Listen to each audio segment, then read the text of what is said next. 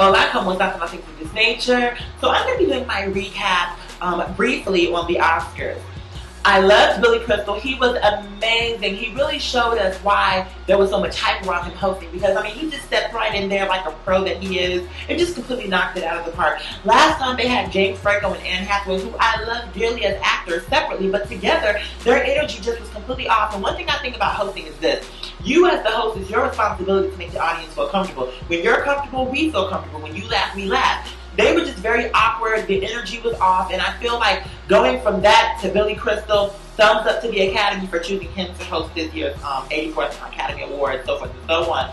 Moving on from that, I think Octavia Spencer, she completely blew her speech. I love, when it comes to doing Oscar speeches, I feel like there's a mixture.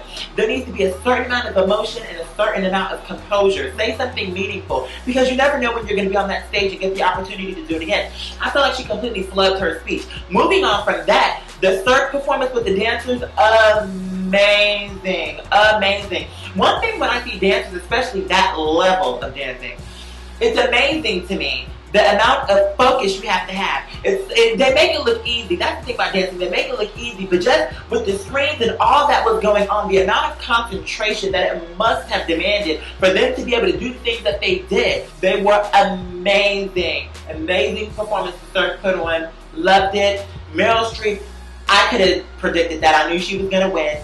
Very graceful the woman is. I really enjoyed her speech, just her humble energy. I love a humble superstar. You know, someone who's a star and they know they're a star, but it hasn't gotten into their head. That's always important to me. So that, my friends, is my take on the Oscars and little things of that nature. Hopefully you enjoyed it. My name is Quadir, and that's my time.